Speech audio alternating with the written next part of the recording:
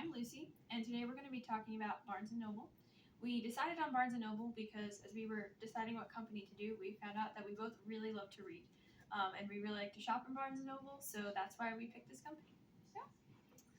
Specifically, we're going to be looking at how Barnes & Noble's adapted to the rise of online bookstores. We found that the main worldview of Barnes & Noble customers is that books are a way of building community. So when the online bookstores were becoming more popular, as Godin talks about, instead of trying to change customers' worldviews of online bookstores, Barnes & Noble really focused on showing that physical bookstores are better at building that kind of community that their customers were looking for. So we're going to go through the 4 Ps of marketing and look at how they applied this worldview to each stage of their marketing strategy. Yeah, so the first big change that they made was in their products. So they greatly expanded their product lines. So instead of just offering books like how Amazon started out, they also do games and kids' toys and gifts. So that allowed them to offer an experience that was very unique from shopping online at something like Amazon. Another big difference was they really embraced books that were popularized by TikTok. So there's, the rise of like Book Talk and all of these things. And so in their stores, they even like create specific displays for these books that have become popular. So as a way to really highlight those products. They also cut back on their textbook sales. So since Amazon sells so many textbooks, they decided to not sell as many of those and to kind of refocus to sell their other product lines better. Barnes & Noble also partnered with Starbucks. So in their stores, Starbucks is included, and that kind of adds to the personal community experience that they wanted to foster. All right. As far as price strategies go, they really weren't selling a lot of actual books pre-pandemic.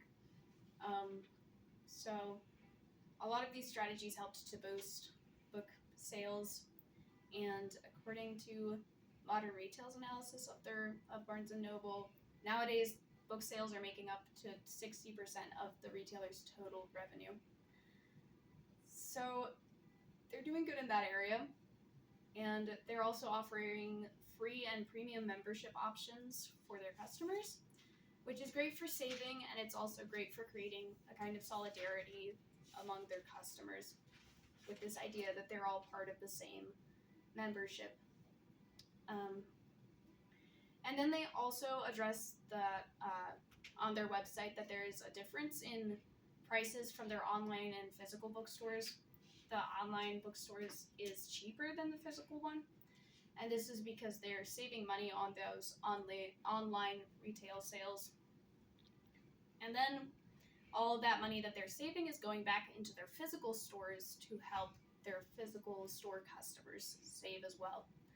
So there's not just this solidarity among customers, but also this idea that there is a connection between the online and physical stores that you don't get from an online store because it's just online. Yeah. So kind of going off of that, they have a very unique distribution strategy for their company. So they obviously have multi-channels, so many different platforms where you could buy your books. So they have physical stores, obviously, but they do also have online options. And as we'll talk about later, that also offers price flexibility and more options for getting the book or the product that you want. They're also very strong in being able to integrate all of their channels. So as we said before, like they don't just offer physical books, they also have things like audiobooks or books on Nook or ebooks. And they're very good at kind of integrating all of those so that their customer has a seamless experience throughout, which also offers more media flexibility. Because of their online platforms, cyber attacks are also a threat that was mentioned in one of the SWOT analyses we saw.